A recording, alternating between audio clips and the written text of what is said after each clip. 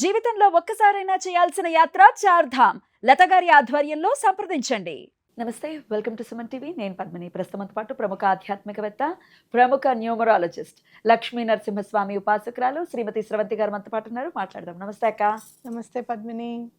అక్క, చైత్ర అమావాస్య వచ్చేస్తోంది. శుక్రవారం అమావాస్య. డెఫినెట్లీ మంచి అమావాస్యగా కన్సిడర్ చేస్తారు కదా.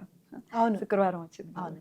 మరి ఎలా యూటిలైజ్ చేసుకోవచ్చు అమావాస్యని? ఇంక ఇక్కడి నుంచి మళ్ళీ ఒక బిగినింగ్కి ఒక మంచి డేగా కూడా చూస్తూ ఉంటారు కాబట్టి మేనిఫెస్టేషన్స్కి కానీ, లేకపోతే ఆ రోజు ఉండేటటువంటి ఆరాధన కానీ అసలు ఏమేం చేసుకోవచ్చు ఒకసారి మీ ద్వారా?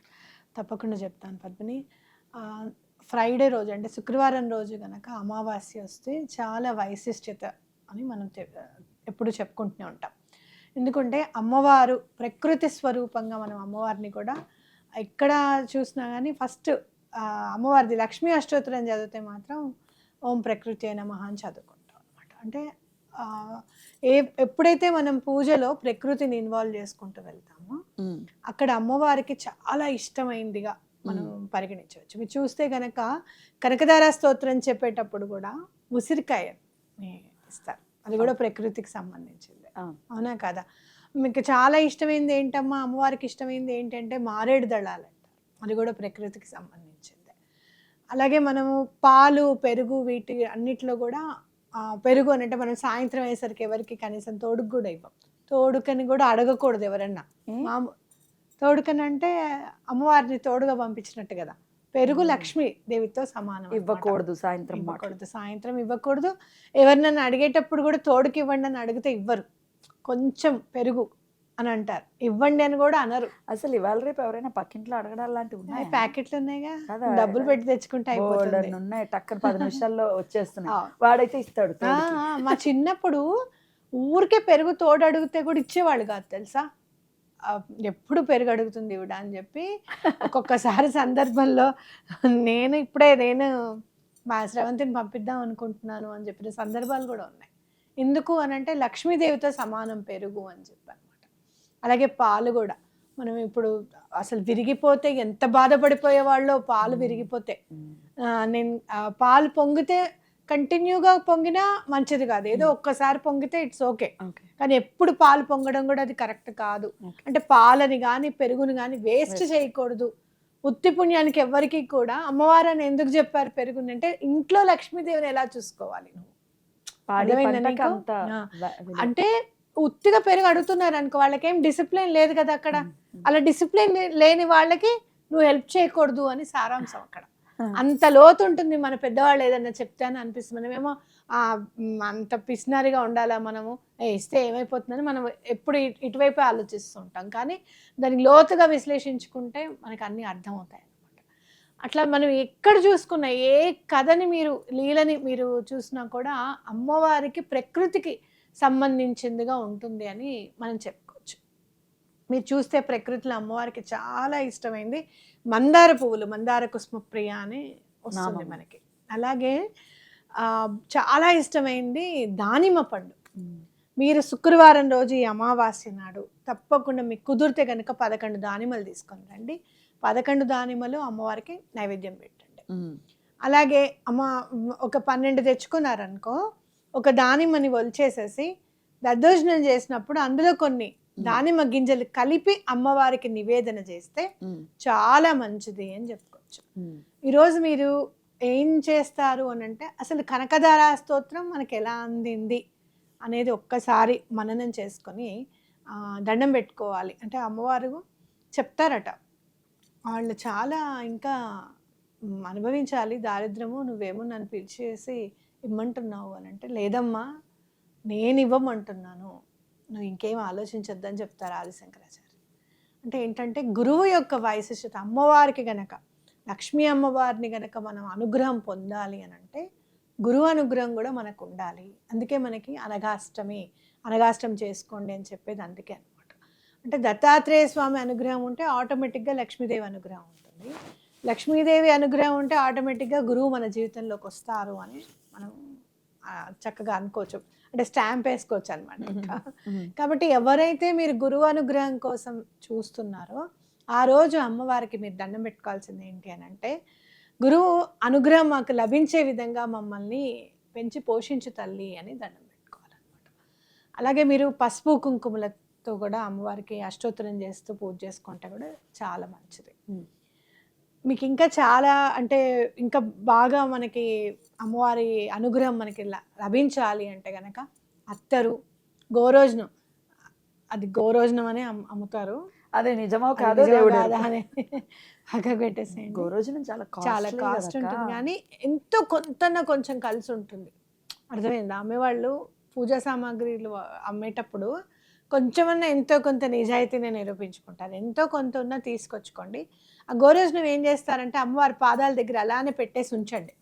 మనకి ఇంకా శుక్రవారం అమావాస్య కలిసి వచ్చినప్పుడే గోరోజనం అమ్మవారి దగ్గర పెట్టాలన్నమాట.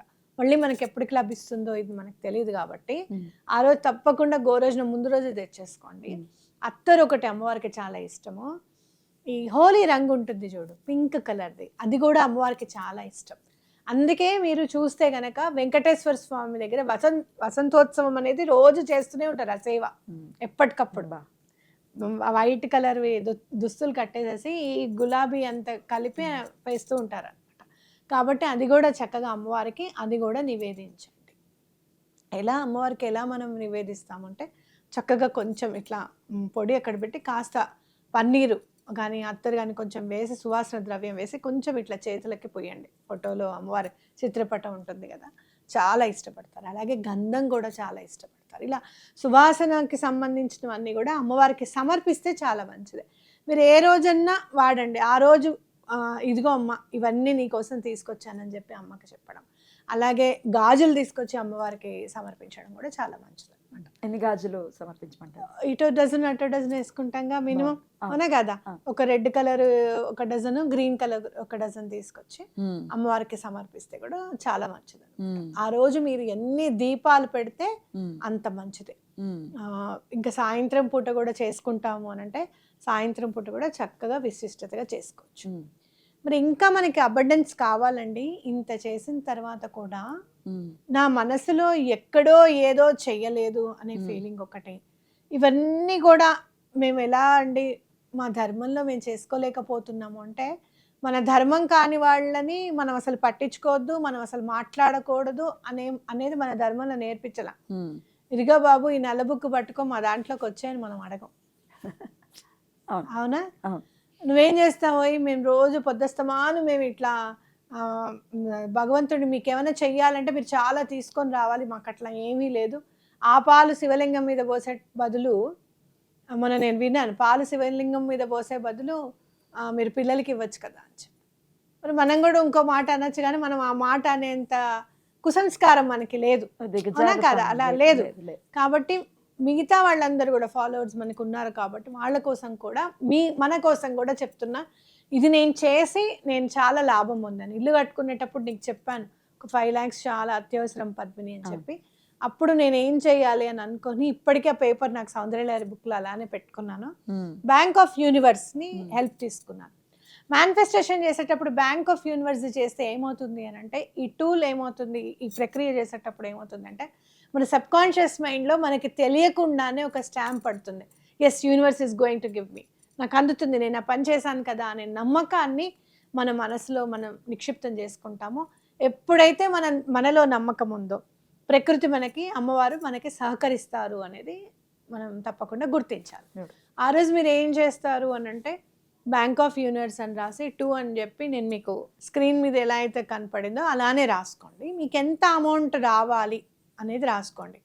ఇక్కడ మీరు ఇచ్చారు కదా, ఎవరికన్నా డబ్బులు ఇచ్చారు, అది మనం తీసుకోవడానికి మనం ప్రయత్నిస్తున్నాం. ఈ బ్యాంక్ ఆఫ్ యూనివర్స్ రెమెడీ ఎప్పుడు కూడా పనిచేస్తుంది అని అంటే, మీకు బిజినెస్ డెవలప్ అవ్వడానికి పనిచేస్తుంది.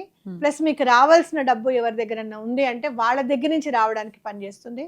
గవర్నమెంట్లో డబ్బు ఆగిపోయిందండి, మాకు రావాలండి, మా పెన్షన్స్ ఇంకా రిలీజ్ కాలేదండి, మావి రిలీజ్ కాలేదండి అని అనుకున్నప్పుడు కూడా తప్పకుండా ఆ డబ్బు కూడా వస్తుంది. మీకు ఎంత అమౌంట్ రావాలో అది రాసి పెట్టుకోండి.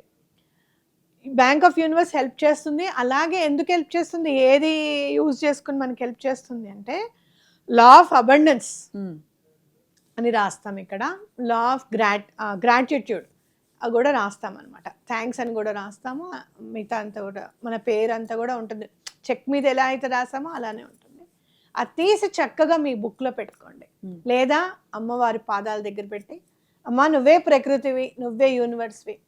నువ్వు ప్రకృతివి అయితే విశ్వం ఎవరు? విశ్వం అంటే నారాయణుడు. అవునా కాదా? అవును. మీ ఇద్దరి సహాయ సహకారాలతో నాకు ఇది నెరవేరాలని చెప్పి నేను అనుకుంటున్నాను. ఖచ్చితంగా నాకు నెరవేర్చమ్మా అని చెప్పి దండం పెట్టుకోండి. తప్పకుండా ఎటువంటి పరిస్థితుల్లోనూ మీరు అనుకున్న అమౌంట్ తప్పకుండా మీకు అంది తీరుతుంది. నాకైతే 10 days లోపలే అందింది. 5 lakhs. ఎట్లా అందింది అని అంటే, నా దగ్గర ఉన్న సోర్సే నాకు గుర్తులేదు. తర్వాత ఒకళ్ళు వచ్చి బలానా దగ్గర మీకు ఇన్సూరెన్స్ ఉంది కదా శ్రవంతి, దానిలో వస్తుందమ్మా లోను అని చెప్పారనమాట. అవునా అని చెప్పి గబగబా, ఎక్కడ ఇన్సూరెన్స్ లోన్ అంటే మనకి 50 NP పడుతుంది ఇంట్రెస్ట్. ఎక్కడి నుంచి తీసుకొచ్చినా అంత తక్కువకి వస్తుంది? రాదు కదా.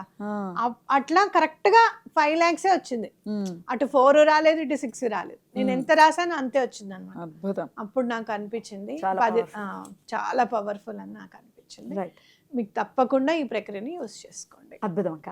ఇది ఏ కలర్ పెన్ తో రాయమంటారు? బ్లూ కలర్ పెన్ తో. రైట్. దాని తర్వాత ఆ పేపర్ ని ఏం చేయమంటారు? అలానే అట్టే పెట్టుకోండి. నేనైతే చూసినప్పుడల్లా చాలా గ్రాటిట్యూడ్గా హ్యాపీగా ఫీల్ అవుతాను.